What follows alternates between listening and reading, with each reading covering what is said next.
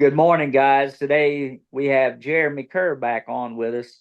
Good friend of ours. He's been on before, if you guys know him. Awesome guy. I love the man to death. Um, uh, gonna do a little housekeeping and holler at my buddy Greg Trainer up here in PA. Greg, how are you doing today, buddy? Man, I'm having a good morning. We are expecting 87 degrees here in Pittsburgh, and sun's out, and it's just a beautiful day. So I'm really looking forward to getting outside this afternoon and just enjoying the sunshine on my face. That's what we've done too. It seems we're no longer we don't have a spring anymore, man. It goes from like winterish and then straight into summer. I think we're gonna be in the same boat. It's gonna be like 88 and sunny today, and then we've got thunderstorms coming in for the rest of the weekend, beginning of the week. So we're gonna try to get out there and have fun before it gets soggy. One of the things that you turned me on to last year was the cooling vest. So this summer, whenever I'm out and about, I'm going to be rocking the cooling vest to help regulate my temperature. As quadriplegics, we have a really hard time with either hot or cold. But I wanted to tell you thanks for recommending that. I'm looking forward to using it. I think it's going to make a big difference this year for me. 100%, man. Have you got to try it out at all?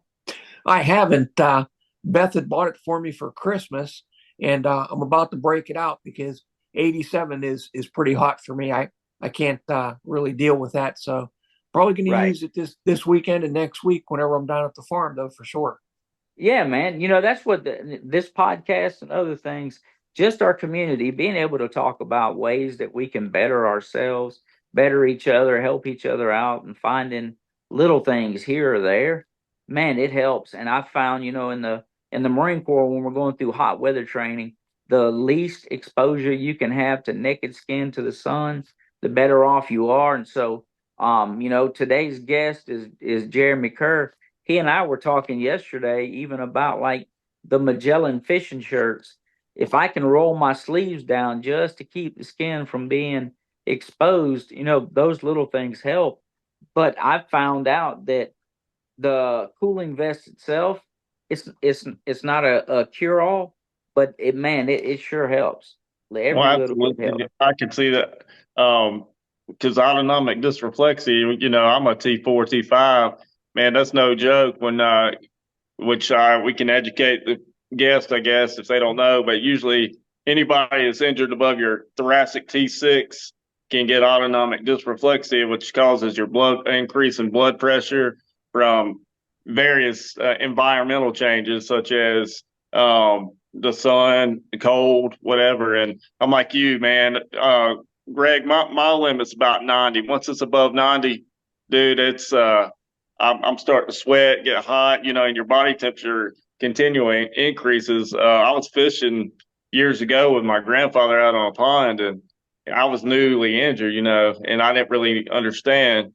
Man, all of a sudden, I got really overheated. I think my temp got up to about 103 when I got inside, and man, I had to throw on some ice, everything like you're talking about. So I'm going to look into getting me one of those cooling vests as well because, and like you said, Mike, with the just sort of jumping around, but I have to wear those fishing shirts a lot too because I have to take a antibiotic every day for the rest of my life, basically, because I got an infection a couple years ago, and they just are worried that it might come back with all the metal I have in my body. But that makes me even more sensitive to the sun, and then fun dealing with sunburns all the time. So I'm either if Right. I have short sleeve on, I'm throwing on a lot of sunscreen, and but most of the time I wear the long sleeve fishing shirts and just throw on some water. Whatever, like you said, if you get hot, I'll spray myself with water, whatever I can to do to sort of emulate sweating, so to cool Right. my body down. That's one of the things all three of us, we had some time where we were able to go to Shepherd and do some different stuff and being able to talk to different rehab hospitals and, emulate sweat and, use a misting bottle. A lot of times I'll wear, like I said, the Magellan type shirts or the spongy shirt. And even though I don't sweat, I can soak it down pretty good and then take my cooling vest and throw it over me. It almost looks like a tactical vest or a bulletproof vest, with frozen inserts, and then you know that just being able to touch that thin shirt that's wet, just it definitely helps. And then as long as I can keep that core temperature from getting too high, like you said, you know, if we can keep dysreflexia from kicking in, we're okay, because you know that just it's a noxious material or a noxious stimulant that sets our body into a motion where it's our body pretty much wanting to destroy itself. Um, and it is so hard to describe. You know, I don't know how you guys, mine, I can see black dots outside of my peripherals every time my heart beats, and it makes my blood pressure go up with my pulse drop. And so then it's almost like somebody's got me in a massive bear hug. And your anxiety goes through the roof. And Oh, I yeah, mean, it's terrible. it makes you ill too, man. Like really, because I used to get autonomic dysreflexia too when I had the cath or something like that, and I had the fee. I'd get cold chills, my blood pressure. I could feel my face getting hot, ears hot, and like a headache too. Like bad headache sometimes, and uh, man, and my it would instead of it wouldn't really slow my heart right now. It made mine speed up. Like I could feel it, like you're saying, beating really fast and stuff. And yeah, it's awful feeling, man. Terrible. It's a serious medical condition for people that don't realize it. I mean, the little things that we can do with misting our bodies, you know, getting into the shade, paying attention to our core temperature. I mean, it could be a serious life threatening issue Yeah. if we don't pay attention to it. So, uh, we never have a script on this podcast, but it's kind of funny that we all jumped in on that and kind of gave our experience over the years of being, you know, a person with a spinal cord injury. The average person has no idea what that means, you know. Right. It's great information for people with disabilities, and wearing the long sleeve shirts, that's just something I started last year. I mean, I've always been fair skinned and a redhead all my life, so I've been dealing with sunscreen and what have you. But those shirts make a huge difference, especially if we spray them down a little bit. Right. Right. You know, and Greg, you hit the nail on the head, man. We don't script anything. We kind of go with the flow. We really just want to be able to share information and better the disability community out there. And you know, when I first got hurt, it's funny, not to jump right back on the dysreflexia thing, but when I first got hurt, nobody knew what it was except for because people with spinal cord injuries above the T6 area are the only ones that can get it.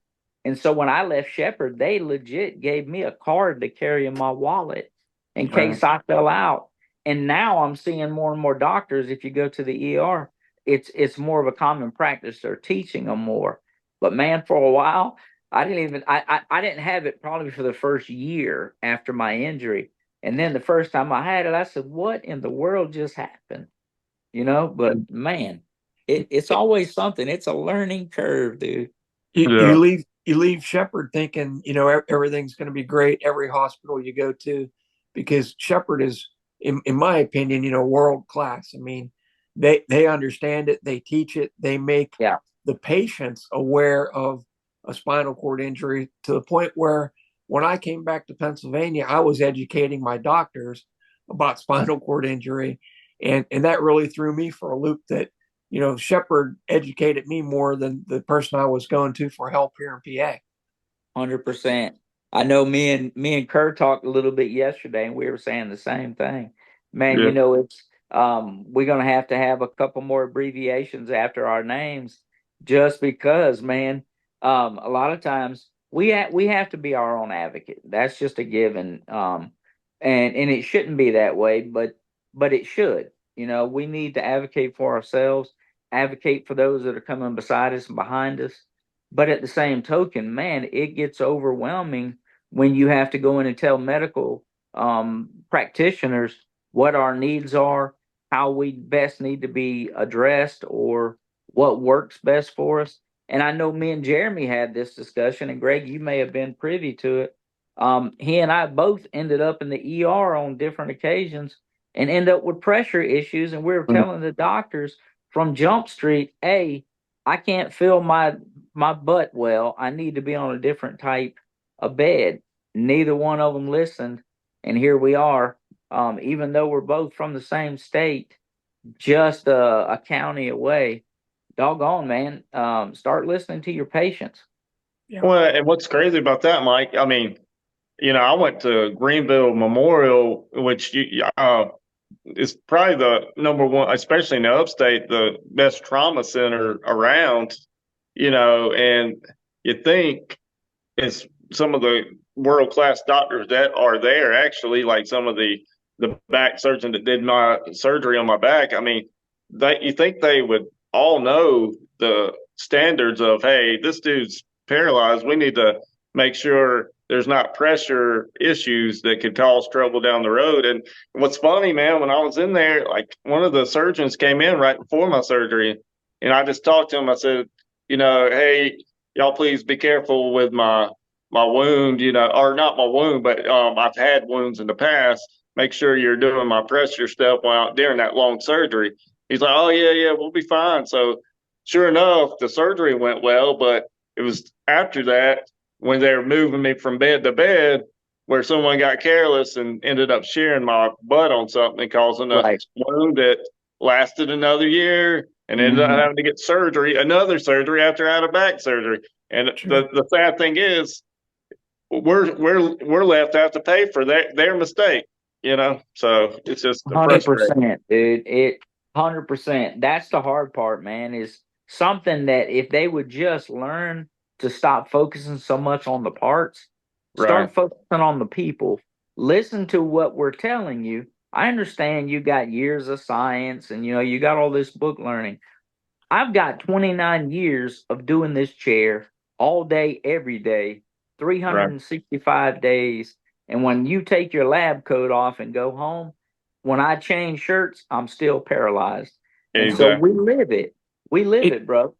it definitely makes us appreciate the people who do get it and the Mhm. practitioners that we deal with that are looking out for us and have our best interest at heart and are willing to learn from us and from other people with disabilities that they interact with and suddenly when I meet a nurse or a doctor or an OT or a PT that really understands it, man, I think they're just worth their weight in gold. You get to deal with 100%. people and they're comfortable with me and I'm comfortable with them. I mean, we got to appreciate the good ones that we have too. Agreed, Absolutely. man. That's part of, I think, the communication aspect of it is we have to let them know, when they're doing good, when they're doing bad, and it's not always, the whole adage, the noisy wheel gets the grease and all that. Sometimes we need to let them know on the good days too. You guys are doing phenomenal. Keep doing the good job, and then that way they can let other practitioners know what's going on. And I think it's going to be a tit for tat. If we do it right and just try to share life expectancies and life experiences and let them know how they're doing, I think it betters our community and I think it betters just the communication amongst practitioners and whatnot. But You um, hit the nail right on the head there with communication, Mike. When we talk to people, no matter what we're doing, a lot of issues or stereotypes can be uh, you know taken for granted if we don't talk about things.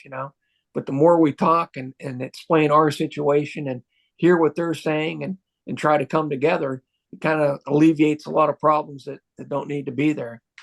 Absolutely. But man, before we got on this podcast, we were chit chatting real quick about a couple things. And Kurt, man, you got me interested now. So how many chickens do you have over there at the homestead, brother?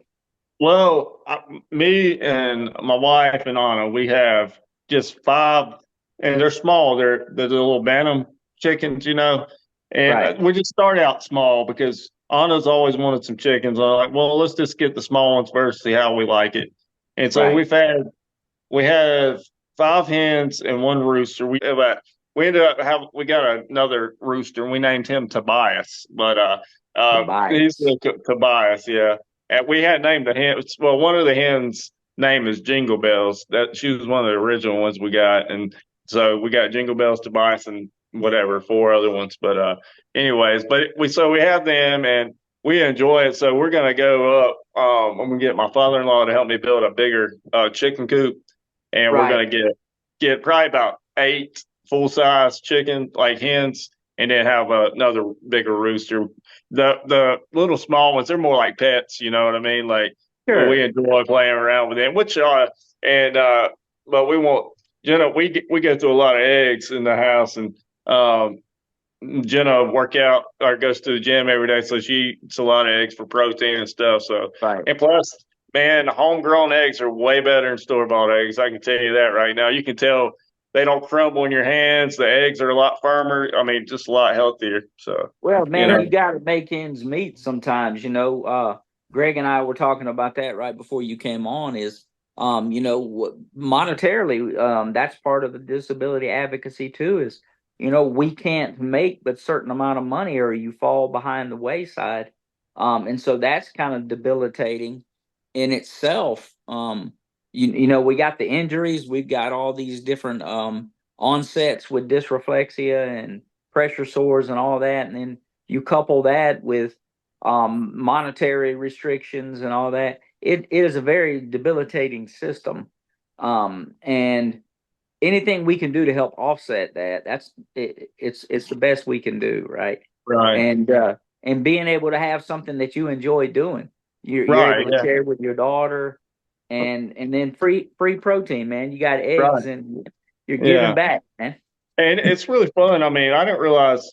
I mean, really and truly, if you ever get some out there at the farm, or you need to. I mean, they're really intriguing animals to watch. I mean, how God made them. I mean, they don't stop, man. They're all day eating and crapping. Really, that's all they do. But it's amazing just to watch them. And I mean, to be as small as they are, some of the stuff they do, you're like, man, it's amazing how God made. I mean, if you look around at all animals, it's amazing how God created all the animals and stuff. Right. But they all serve a purpose, man, really and truly. And but it's me and my brother-in-law. He's got some chickens. We all got chickens now in the family, but we were talking about the other day. He's like, man, it's fun just sometimes just watching them interact with one another and stuff. It's really neat.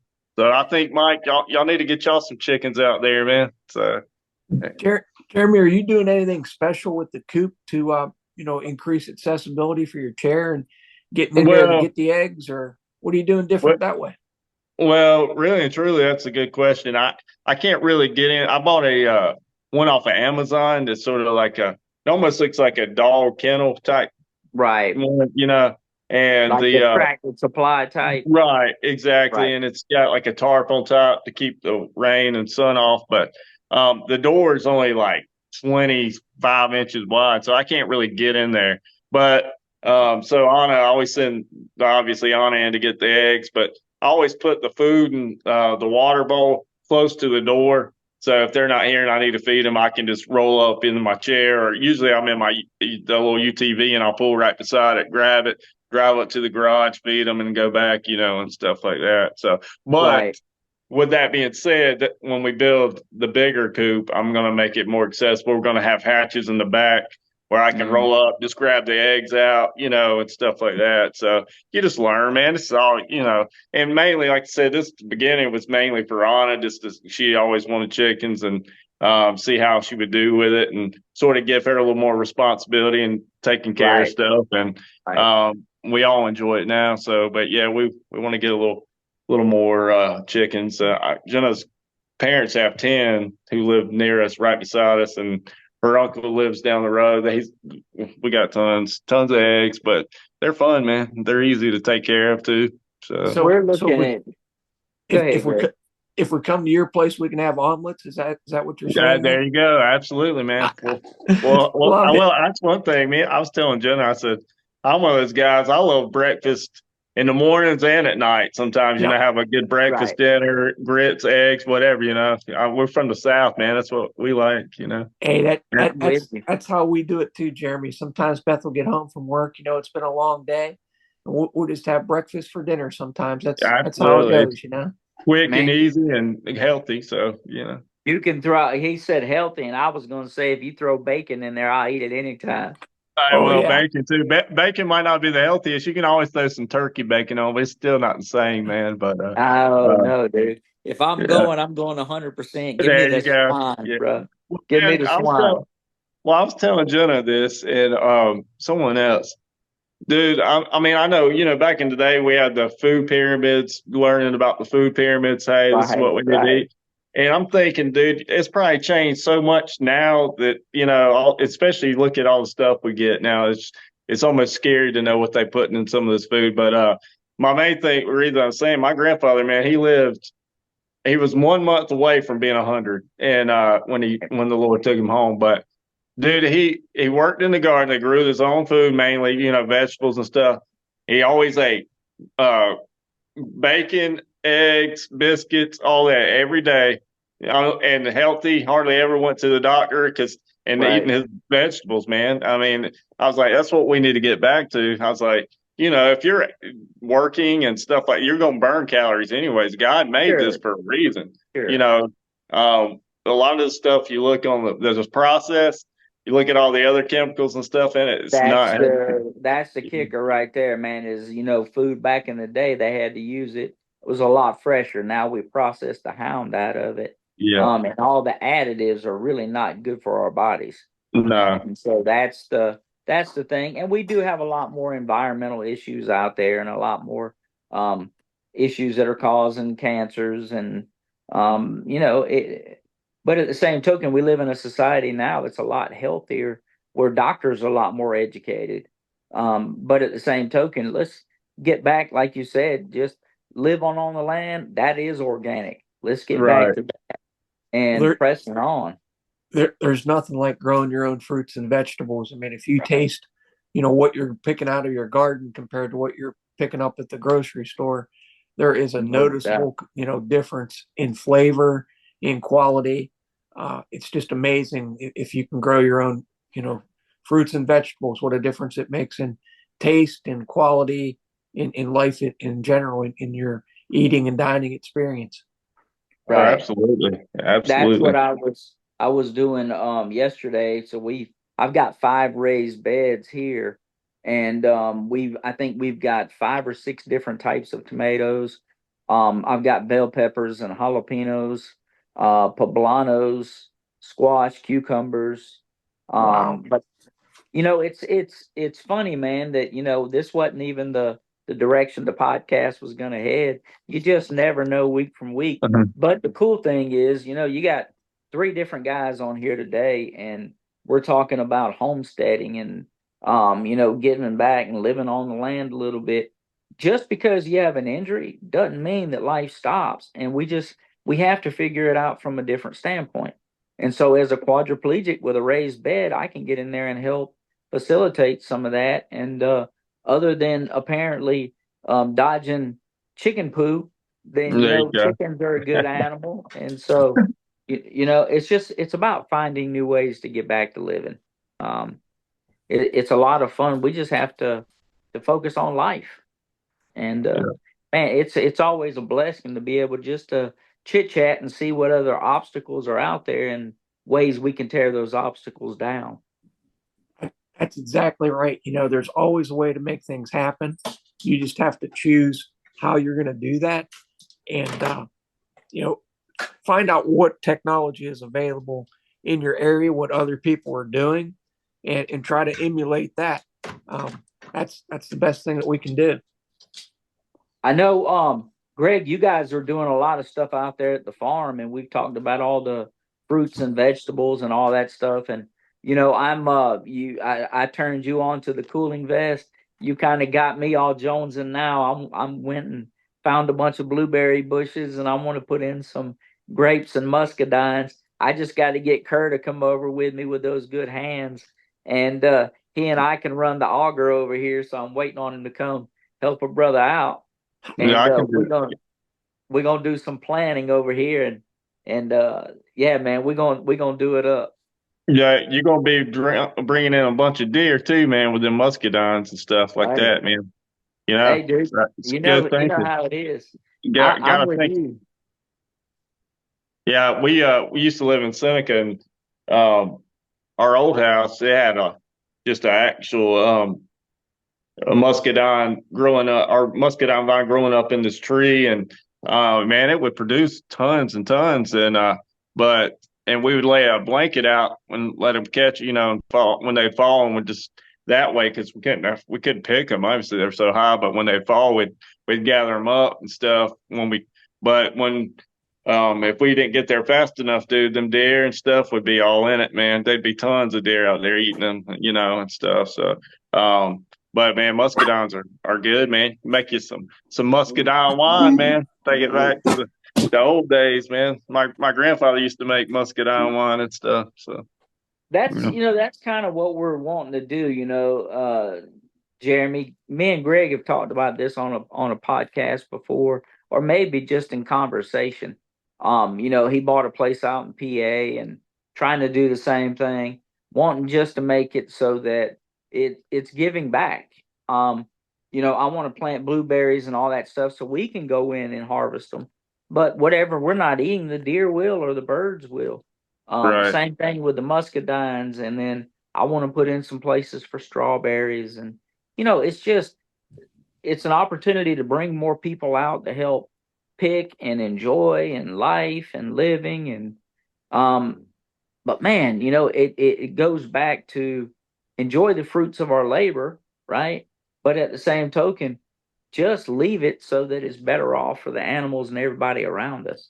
right. But believe it or not, guys, we are really excited about next month. We're getting our bees delivered. So Oh, we've nice. never been beekeepers before, and Beth has taken a class, and I'm in the process of taking a class online, and we're looking forward to starting a couple of hives and having fresh honey. Not this year. We'll have to leave it for the bees this year until they get established. But Right. having our own fresh honey for next year, that's something that we're looking forward to. That's awesome. Me, Oh, go ahead, Mike. Sorry. I was gonna say, me and my wife Michael, we did that. We went through the B class, and we spent a whole Saturday going through, and they were teaching about the different classifications and how you do hives and how you recover honey, and how the populations of bees are dying off, and pollination and all. It's really cool. It's kind of funny to think, when we're younger guys, we're like, oh, that stuff sounds weak. I don't want to hear about that.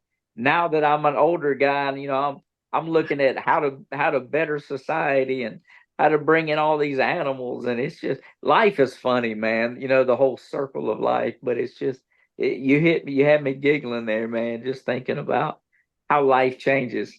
how, But how excited we become over the little things that before we didn't have time to think about or didn't want to deal with, or what did not interest us as much as it does now. And Beth right, and I have long conversations about what's the best pepper to plant and where we're going to put these hives at. And it's just a lot to look forward to, and the planning. And heck, our kitchen table has tomato plants and pepper plants and parsley and asparagus ideas. And we're just really concentrating on more homesteading now than ever.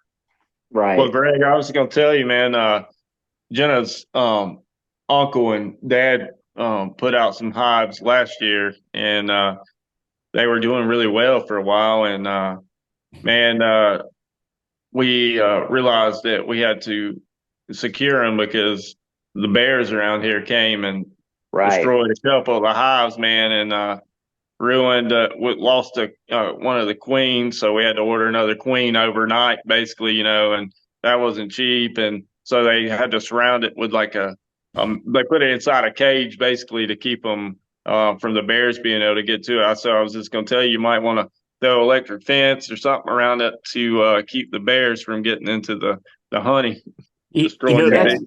that's a distinct possibility, Jeremy, because we do have bears here in PA, especially down in Greene County. They're starting to make a stronger presence. So I don't think we're gonna I don't think we're gonna put the electric fence up this year. We do have an electric fence around the orchard itself, but it's in need of some repairs. So if we run into problems, we may have to do that next year. But we've thought about that. That's a good idea.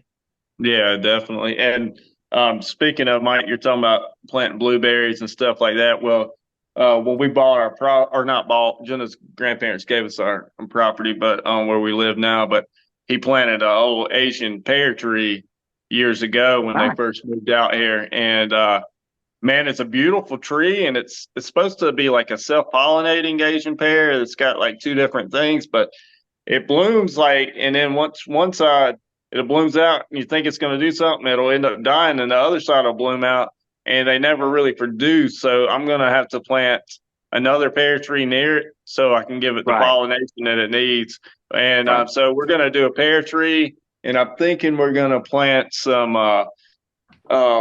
what did Jenna, like a little cherry tree and stuff like that around. Yeah. But so, and Jenna's grandparents has a blueberry and some, he had a muscadine vine for a long time, but I don't know, it hadn't been really producing lately. But I'm like you, I want to get my pears going because, man, I don't know if y'all have had Asian pears or not, man, but they are delicious.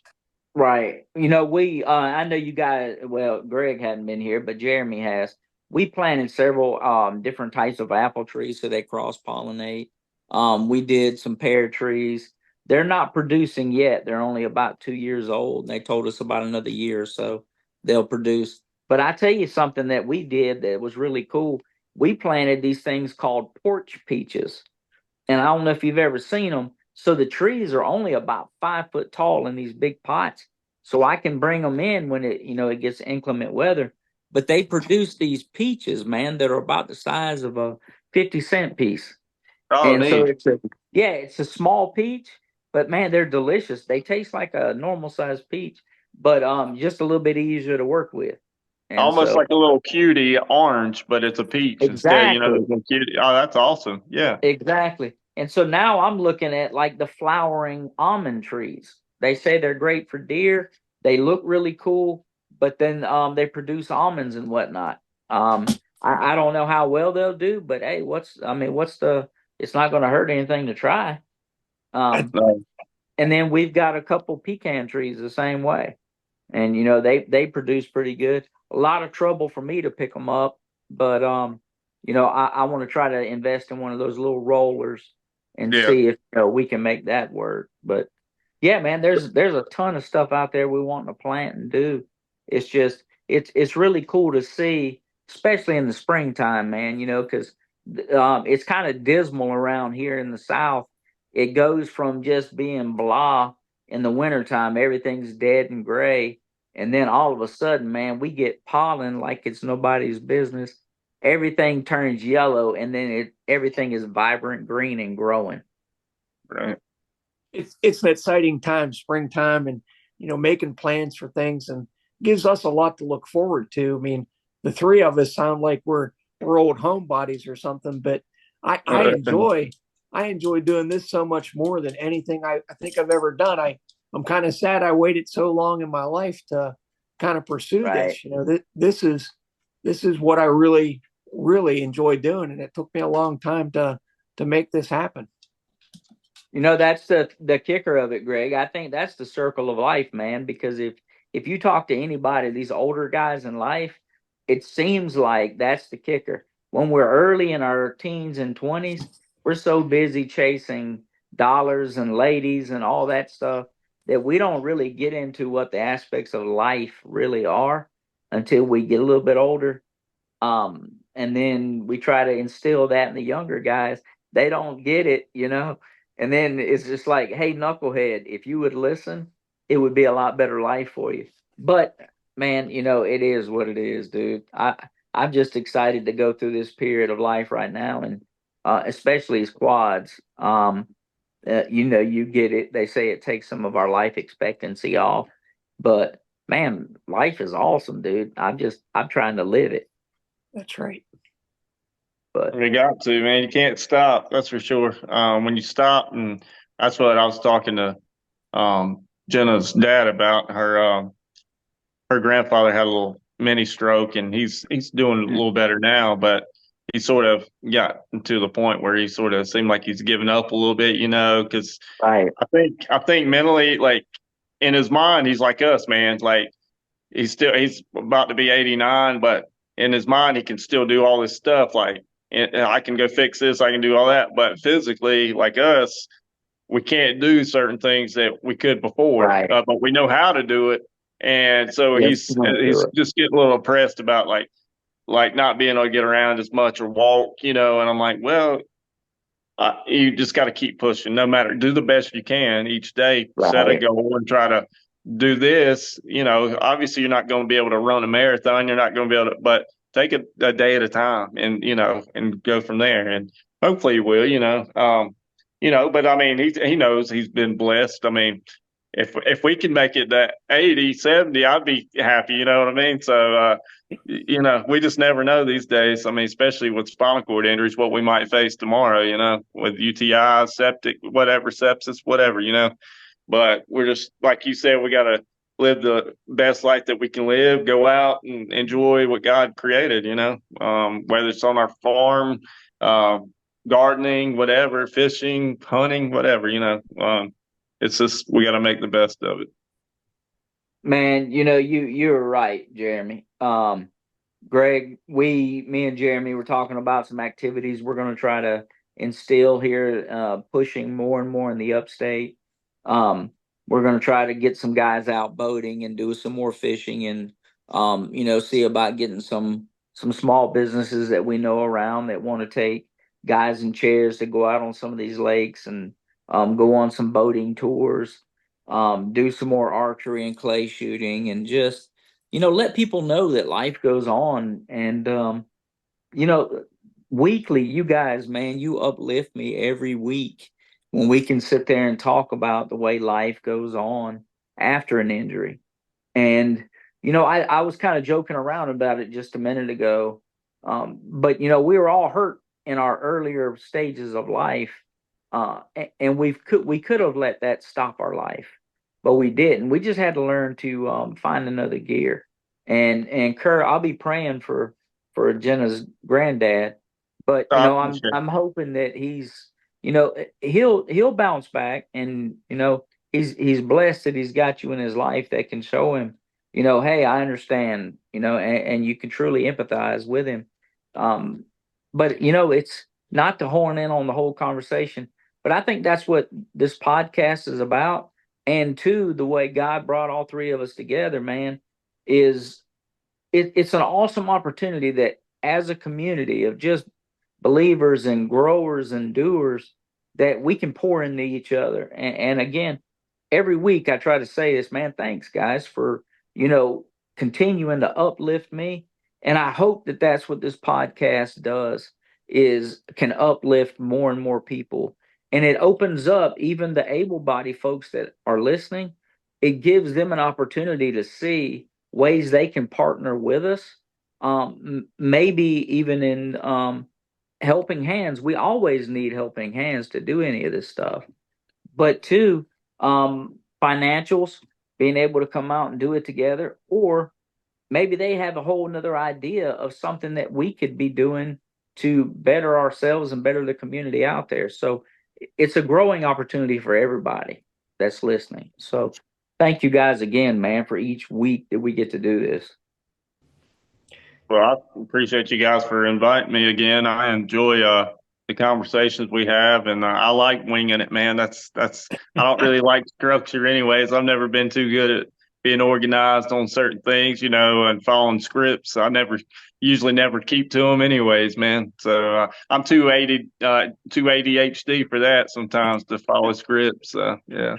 Well, Mike, man, it's always a pleasure talking with you on the podcast. And Jeremy, man, I so appreciate you. You know, you and I are becoming pretty good friends here on Facebook. And if I ever get down to see Mike, I gotta hang out with you as well. You know, I'd like to meet you and your family. And I feel like I know you so much from talking with you, and you're just such a good guy to speak with. And we appreciate you taking your time to come on with us today. Yeah, Greg, I appreciate it. And man, I'd look forward to it. Whenever you do decide to come down south, man, we'll definitely get up together and hang out and shoot some rounds down on Mike's range he's got there, and uh, eat some good food and hang out for sure, man. So, but like I said, I appreciate you guys inviting me back here. And I love the conversations we have. Always feel like you, Mike, whenever we have certain roar talking, when we're talking on Zoom calls or together, and with this podcast, I always feel pumped up afterwards, man. It's just nice to talk with two other guys with similar situations and same beliefs and stuff that you can sort of, like we're talking about, Mike, you can feel the Holy Spirit in me, like, I'm just pumped 100%. after, he's here, so yeah. Right. And I'm with you. And guys, man, this is the thing. I'm gonna get you over here a little bit. Greg Kerr. Kerr lives about an hour and 10 minutes from me. It's not far, but it's far enough. We're gonna start trying to figure this out more because I hadn't got to talk to him yet. Man, I want to do some more cooking and trying to do different cooking. And he's got those good hands, and I can come up with good ideas together. We can make a half decent guy, I guess, we Yeah. can figure out how to do it. But man, I want to get back into doing a lot more cooking, and doing it not only on the grill but the smoker. And man, I used to do a lot with like jambalaya, and man, we got to get at it and just have a whole wheelchair day. And I'll bring down the bacon, swing by, pick up Jeremy, and we'll make it to your place. hey, He can bring the don't eggs. I'll bring don't the tempt eggs. me with a good time, right? That Yeah. sounds Hey, like y'all a got good. Mike, y'all got a flat top, like, grill out there, like a skill, like a big flat top. I got one that I grill on out in the front, on the front porch and stuff. So I didn't know That if you have one what's of them. funny? What's funny, man, is if you look out on my back deck now, I've got a big smoker, I got a fire pit, I got a big grill. We've got that big charcoal grill down on the Roar property. But no, I Yeah. don't have a flat top yet, but we're gonna do that. Get you a Might as black. well Yeah. get Yeah. that, get one of the eggs. I'm gonna get a big thing so we can do a massive low country boil. That's right. Dude, Yeah. let's get after it, guys. Let's stop talking about it. It sounds like chow time. Yeah. I We'll love get low country broil, whatever. I can't even say it right now, but yeah, I love that, man. I love this. I love shrimp and the sausages and crab legs, and man, that's where it's at, brother. I'm Sounds getting like hungry that's now. coming. we'll That sounds coordinate with like the an event. wives and get a date on the calendar, boys. Let's do Yeah. it. So I know we try to keep these things to 30 or 40 minutes. And again, I thank you guys for it. But Kurt, do you have anything coming up that you want to try to plug in real quick? I know you and I have talked about a couple of events and trying to do some more Roar stuff together. Um, I didn't know if you had anything coming up pressing that you wanted to share, or Greg, if you did as well. Trying to think. Well, Anna's about to be out of school, so May 22nd is her last day. So my job starts again for a couple months. Definitely all day long, but which I enjoy that. We nothing like quality daughter time with our dad Right. daughter time every day, and watching her grow up. It goes by so fast, but Yeah. she definitely keeps me busy.